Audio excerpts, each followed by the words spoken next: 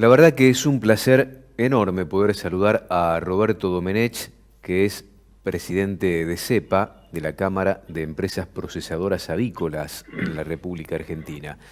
Roberto, tanto tiempo, ¿cómo estás? Buen día. Buen día, Silvio. Bien, bien, muy bien, querido. Aquí estamos.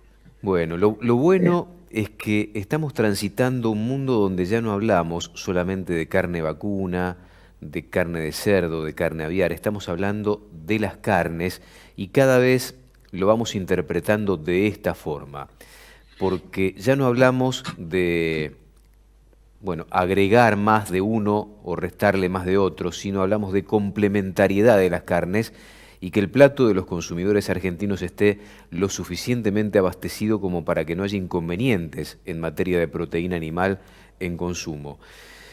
Venimos hablando hace muchos años del crecimiento notable de la industria avícola. ¿Tenés el dato de cuánto se consume hoy en la Argentina de carne aviar? por supuesto, es un dato que lo vamos siguiendo permanentemente.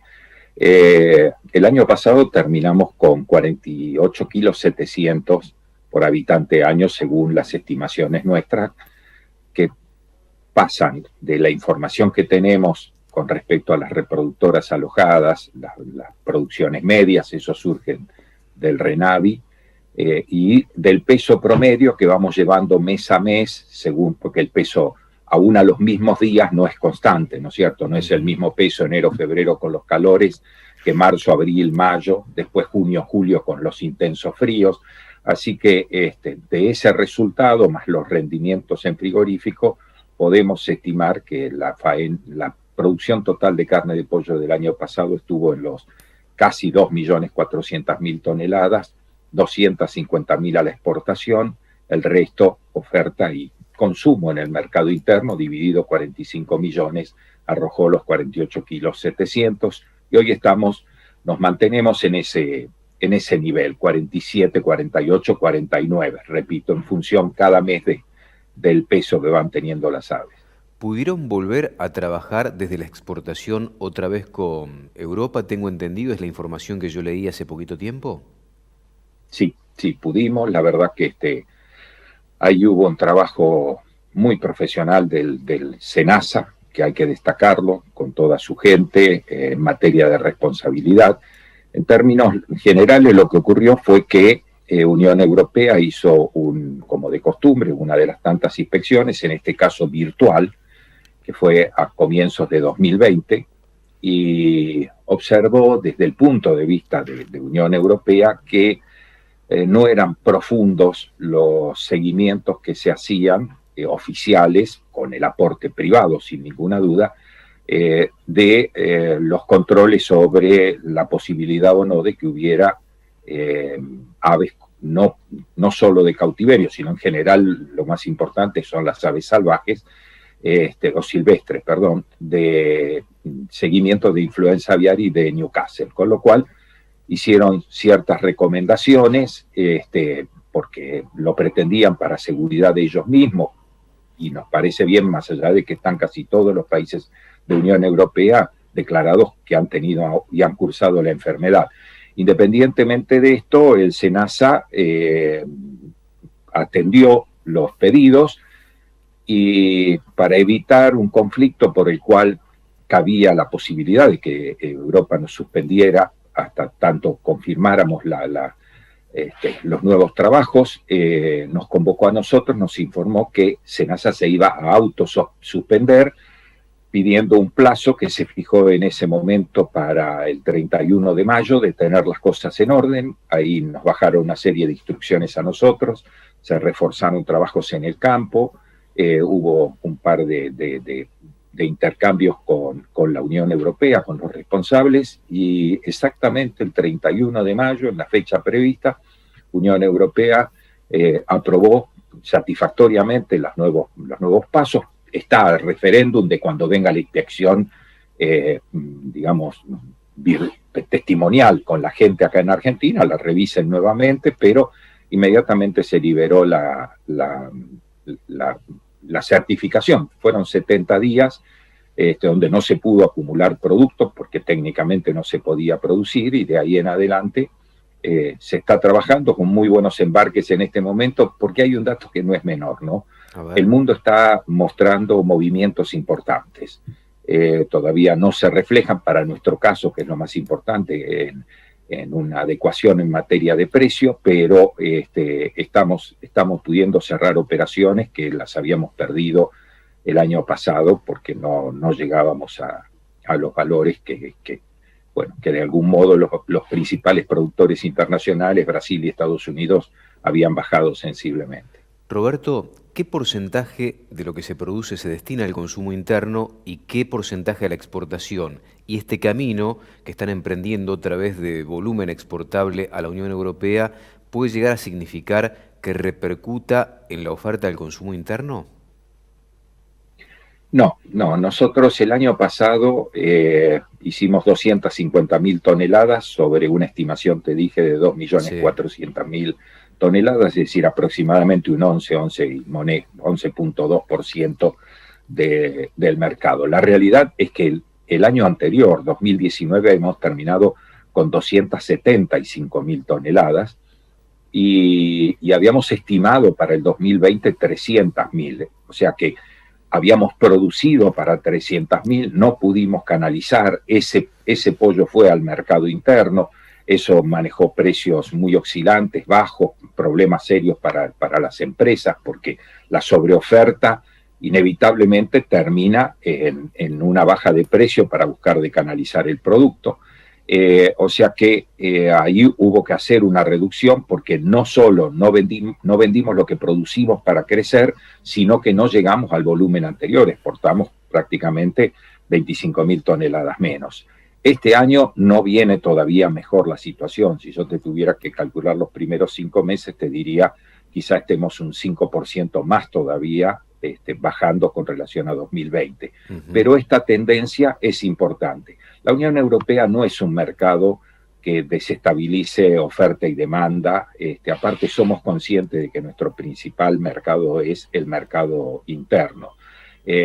Hoy por hoy, nosotros no tenemos cuota en Unión Europea. La cuota que podemos exportar sin aranceles para quienes nos compran es de 3.500 toneladas, aunque normalmente manejamos entre 7 y 9.000 toneladas, donde demuestra que el producto es demandado y que es considerado, porque quien nos importa tiene que pagar un 60% casi de impuestos para ingresar el producto a la Unión Europea. Pero lo más importante que tiene estar habilitado para la Unión Europea es que hay una cantidad de países, fundamentalmente los africanos, por la herencia de las colonias, que si vos estás habilitado para la Unión Europea, automáticamente estás habilitado para ellos. Después tenés que armonizar el certificado entre SENASA y el SENASA de cada país, pero la habilitación es automática, entonces es de alto riesgo perder a la Unión Europea. Pero no, en eso estamos bien. Esperamos que este año por lo menos estemos en las 250, 260.000 toneladas. Para eso tenemos la producción y para sostener los 48 kilos en el mercado interno sin ningún inconveniente. Si hay rentabilidad, hay inversiones. ¿Hay inversiones nuevas? Pocas, muy pocas. Eso quiere decir que hay poca rentabilidad entonces, Roberto. Hay poca rentabilidad, sí, hay poca rentabilidad y estamos atrasados. A veces con el paso de los años vos vas buscando las cosas que te demanda la calidad del producto, sin ninguna duda. Entonces, invertir en frío es imprescindible, invertir en todo proceso que de alguna manera garantice la inocuidad del producto, evite el manoseo del producto, también es importante. Invertir en elementos que fabriquen el alimento balanceado para un producto como es el pollo vivo, que se trabaja en 40, 42 días, 43 días, y que en esos 42, 43 días, por un lado, tenés la necesidad de hacer por lo menos 4 tipos de alimentos distintos. Entonces, ahí tenés que trabajar con el milimetraje del gránulo del alimento balanceado. Bueno, esas cosas que son puntuales se han mantenido actualizadas. Es decir, se ha invertido en ese sentido las empresas, pero se ha ido postergando la inversión en lo que es los galpones de última generación o todo el equipamiento de última generación para convertir a los galpones en galpones túneles. Esto genera realmente una productividad muy, muy buena en esos galpones. Eso, ya te digo, viene postergándose desde hace más de 5 años. La referencia es que nosotros tenemos un parque de galpones de casi 12 millones de metros cuadrados y apenas 1,5 millones, 1.600.000 metros cuadrados de estos nuevos galpones, cuando deberíamos estar en la mitad, ¿no? Esos galpones son los que han hecho el milagro de un Rusia que importaba, convertido hoy en que se autoabastece y que exporta.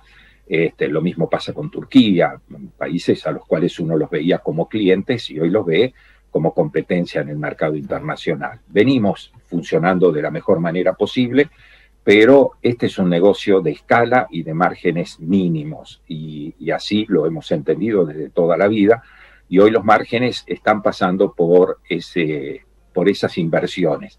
Ahí, bueno, ahora el 2 de julio fue el Día de la Avicultura, nosotros hace más de 6 meses que venimos trabajando con el Ministerio de Desarrollo Productivo, tanto con el ministro Culfas como con Yale y con el secretario Pyme, y estaríamos próximos a firmar un acuerdo, lo anunció así el mismo ministro los otros días, que ya lo tenemos escrito, pero lo queremos no profundizar, hacerlo lo más ágil posible, donde habría créditos para galpones buenos, poder actualizarlos más a la tecnología de túnel y poder ir construyendo galpones de última generación. Esto nosotros, no digo ni siquiera para ponernos al día, para comenzar el camino, nosotros tenemos un programa que como mínimo demandará que se construyan 100 galpones por año de estas nuevas características, ¿no? El galpón se repaga solo, en tanto y en cuanto tuviéramos créditos entre 10 y 12 años, pero nos tenemos que adecuar a créditos de 7 años, con lo cual hay que hacer un ingreso muy importante y bueno, ahí empezamos con lo lento de poder llevar adelante el proceso, no porque de golpe no sea dinámica la posibilidad de concretar el crédito, sino porque también está la otra parte, quien lo tiene que tomar y tiene más dudas en poder cumplir con los compromisos. Sí, claro, me imagino. La última y muy cortita, Roberto, porque se nos terminó el tiempo. ¿Cómo impactó en la actividad avícola el cierre parcial de las exportaciones de carne vacuna, si es que tuvo algún tipo de injerencia? Muy poco, por supuesto que nos preocupó y no nos gustó como a cualquiera, porque el mercado de carnes en Argentina es un mercado de suma cero, es decir, la suma de lo que consumimos de carne bovina, 50 kilos, de carne de pollo, 48 kilos, de cerdo, 18 kilos, quizá de cordero, 4 kilos, 118 kilos, ya tiene más de 20 años de permanente consumo por parte de proteína animal. Entonces, es inevitable que si creció el cerdo y creció el pollo en el consumo en los últimos años, tuvo que ver en forma directa con la posibilidad de las exportaciones y el crecimiento de las exportaciones de carne bovina.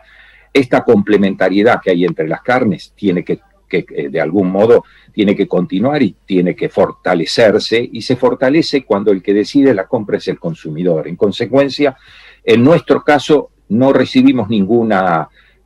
disponíamos sin problema para abastecer cualquier corrida que pudiera haber habido, pero la realidad es que tampoco percibimos que faltara carne en las carnicerías durante estos días. Así que en ese sentido se sostuvo el consumo y no hubo dificultad. Quizá los mayoristas trabajaron también previendo tener un stock por cualquier demanda accidental que se diera, pero fue normal, el movimiento siguió normal, no podemos decir que hubo transferencia de consumo por 15 o por 20 días o por 30 días.